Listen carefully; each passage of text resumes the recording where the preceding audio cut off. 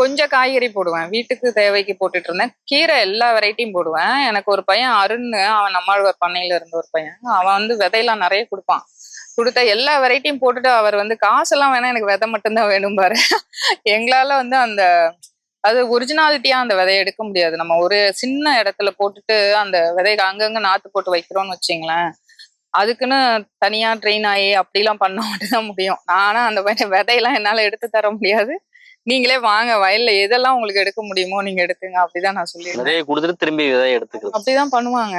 அந்த மாதிரி விதை தான் எனக்கு நாட்டு விதைகள் வந்து அப்படிதான் வாங்க முடிஞ்சது. இங்க எங்க வாங்கினாலும் எனக்கு அவ்வளவு திருப்தியா இருக்காது.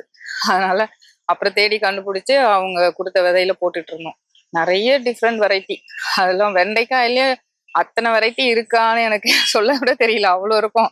யானை தந்தை, மாட்டு கொம்பு வெண்டை, சிகப்பு வெண்டை, இது மர வெண்டைன்னு ஒண்ணு இருக்கும். அதெல்லாம் இயருக்கு 1 இயருக்கு காய்க்கும். அந்த மாதிரிலாம் கொடுத்துருந்தாங்க. ஆனா எல்லாத்தையும் ஒரே இடத்துல கொண்டு வர்றது கொஞ்சம் கஷ்டமா இருந்துச்சு. அதுக்கப்புறம் அது அந்த மாதிரி போட வேணாம், இப்போ வெரைட்டியை ஒரே வெரைட்டியா கொண்டு வரணும். மல்டி கிராப் நல்லா தான் இருக்கும்.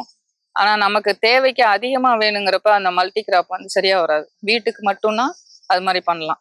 இப்ப எங்களுக்கு ஹோட்டலுக்கு தேவைங்கிறதுனால நாங்க இப்ப கொஞ்சம் எக்ஸ்பெண்ட் பண்ணி நிறைய காய்கறிகளை கொண்டு வந்திருக்கோம். ஹோட்டலுக்காக தான் அதெல்லாம் பண்றீங்களா? அப்புறம் நம்மகிட்ட இருக்கிற ஸ்டாஃப் சாப்பிடணும், ஹோட்டலுக்கு வேணும், அதுக்காக தானே. இந்த காய்கறி வெளியில எல்லாம் கொடுக்கறதுல வெளியெல்லாம் கொடுக்கும். எங்க தேவைக்கே நாங்க இன்னும் கொஞ்சம் வெளியில வாங்கிட்டு இருக்கோம். முழுக்க ஆர்கானிக் பயன்படுத்தலாம்ன்ற ஒரு முடிவுக்கு வந்துட்டீங்க.